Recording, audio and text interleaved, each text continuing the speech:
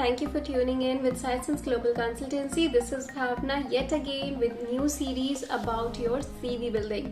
So let's get started. सबसे favourite question हमारे जो जॉब सीकर्स का होता है for experienced and freshers both is ma'am we don't know कि हमें रिज्यूमे कैसे बनाना है, please guide us. So there is no right and wrong way. सबसे पहली बात मैं आप लोगों को यही क्लियर करती हूँ कि रिज्यूमे का मतलब क्या है.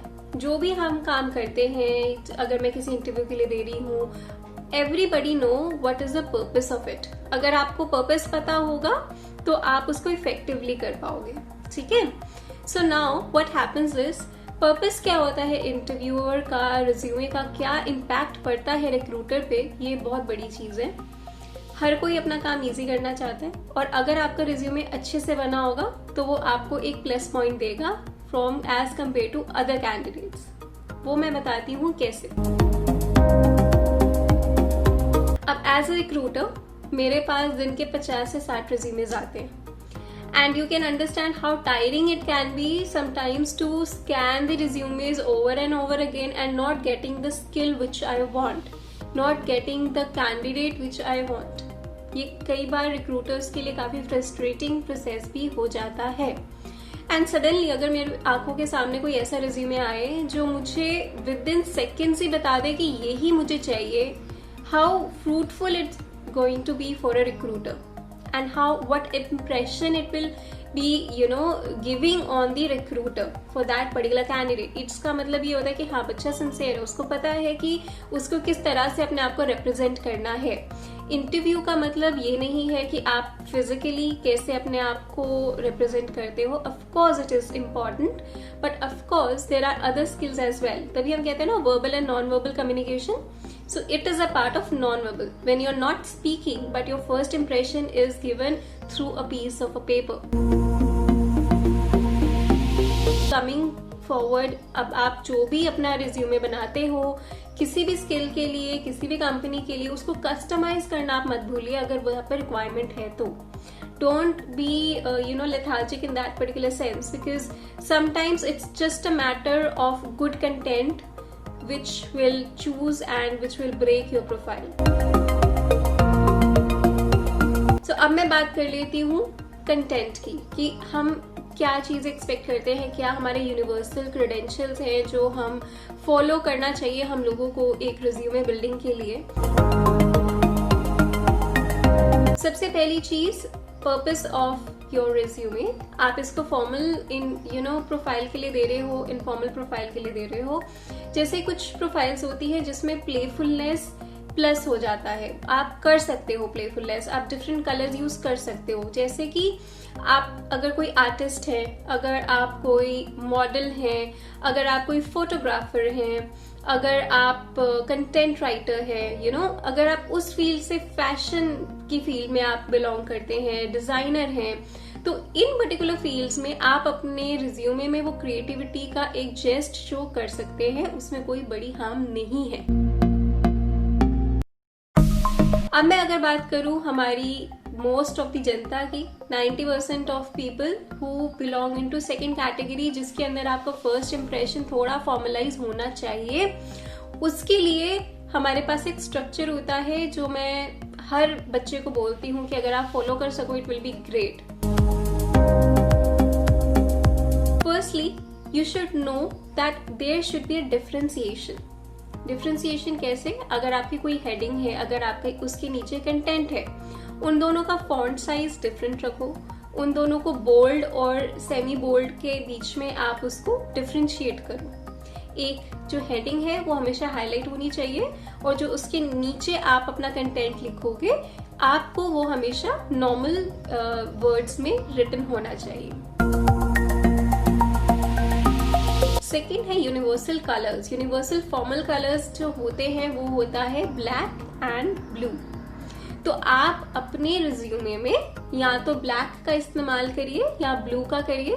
दोनों को यूज करना चाहते हो तो उसको डिफरेंशिएट कैसे करेंगे आप, कि आप हेडिंग को ब्लू से कर दो और अपने कंटेंट को ब्लैक से कर दो. ठीक है. सो ये आप दो कलर्स कॉम्बिनेशन यूज कर सकते हो. इससे ज्यादा मैं नहीं रेकमेंड करती हूँ कि ज्यादा कलर करो आप अपने रिज्यूमे को. जितना फॉर्मल रहेगा उतना अच्छा रहेगा. नॉर्मल आपका जो हमारा स्ट्रक्चर होगा वो कैसे फॉलो करेंगे, सबसे पहले आपकी पर्सनल इंफॉर्मेशन रहती है विच इज वेरी इंपॉर्टेंट। उसमें आपका फोन नंबर, आपका ईमेल आईडी, अगर आपको कोई कम्युनिकेट करना चाहेगा तो कैसे करेगा, वो सारी डिटेल्स रहेंगी। Your home town from where you are actually applying for the job, वो सारी चीजें आप लिखेंगे। उसके बाद आपका आता है मेन छोटा सा ऑब्जेक्टिव जो आपके फ्यूचर के लिए या वो आपके डिजायरेबल कंपनी के बारे में, गोल सेटिंग के बारे में इंडिकेट करता है, ठीक है, कि what you actually want to get into.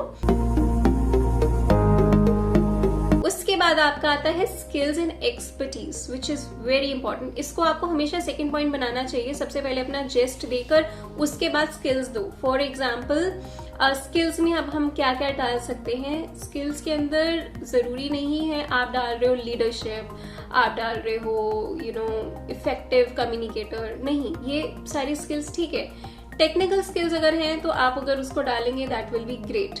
For example working on SAP, for example MX word या जो भी MS वर्ड या डॉक्यूमेंट या एक्सेल, वर्किंग ऑन सॉफ्टवेयर्स, ये सारी चीजें आप अपनी प्रोफाइल के अकॉर्डिंगली अपडेट कर सकते हो।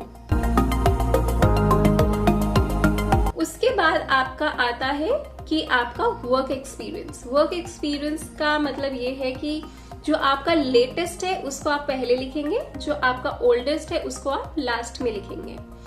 और एक और चीज आप अच्छे से ध्यान में रखिए, जो आप वर्क एक्सपीरियंस मेंशन कर रहे हैं उसके अंदर जो आप सब पॉइंट्स डालोगे वो आपके अप्लाइड जो वैकेंसी है उसके साथ मैचिंग होना चाहिए।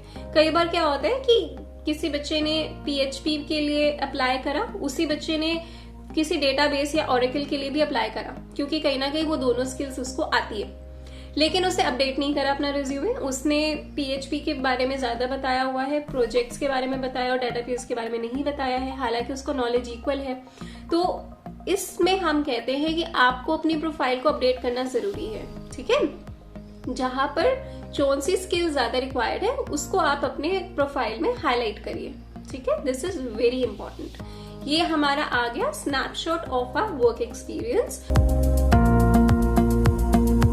उसके बाद मैं बोलती हूँ कि आप अपने एजुकेशन को डालो, ठीक है। एजुकेशन भी सबसे लेटेस्ट पहले और सबसे लास्ट वाली बाद में। For example post graduation, graduation, then your 10th and then your plus 2 and then your 10th. This is how the hierarchy of your content should be.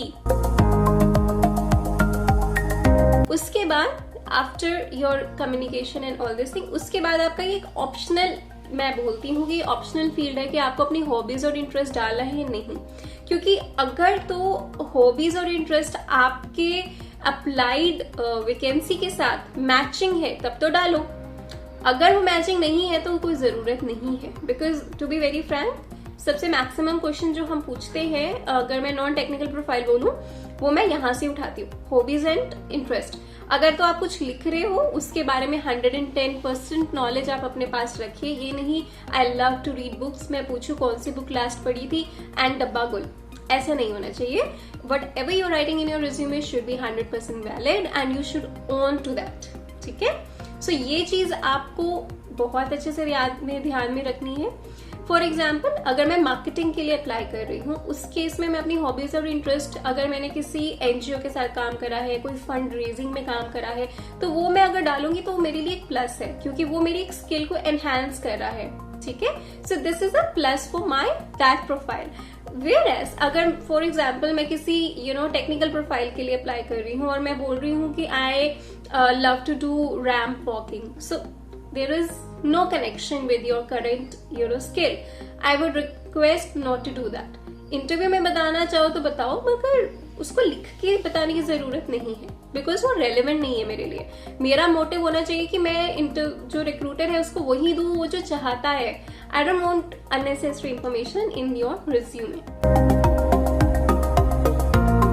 सबसे लास्ट में जो हमारा 6th पार्ट रहेगा, उसके अंदर आप अपना फैमिली डिक्लेरेशंस डाल सकते हैं, अपने फादर्स नेम डाल सकते हैं, अपनी डेट ऑफ बर्थ बता सकते हैं, आपका जो होम टाउन है, लोकेशन है, वो बता सकते हैं। And I think so this is very much it. अगर आप इन 5 to 6 पॉइंट्स को ध्यान में रखकर अपना रिज्यूमे बनाएंगे तो I am pretty much sure कि आपको कोई भी प्रॉब्लम नहीं होएगी for your future interviews. It is applied for both your experienced and fresher candidates. अगर कोई फ्रेशर है तो वो अपना वर्क एक्सपीरियंस वाला जो पॉइंट है वो हटा सकता है. और भी अगर आप लोग हमसे किसी भी पॉइंट को एलैबोरेट करवाना चाहते हैं तो प्लीज कमेंट करिए और हमारे चैनल को लाइक करना, सब्सक्राइब करना मत भूलिए, बेल आइकन दबाना मत भूलिए, because we will be coming up with lots of new videos with lots of interactive sessions also. We really want you guys to contribute and let us know what else you wanted to know from us. अगर कोई ऐसे concepts हैं, अगर आप कोई MBA concepts के बारे में हमसे बात करना चाहते हैं, clarity चाहते हैं, तो we will try to tell you all these things in a very simplified manner. ठीक है? And last but not the least, thank you for tuning in, and we will be waiting for your comments and suggestions. Thank you so much.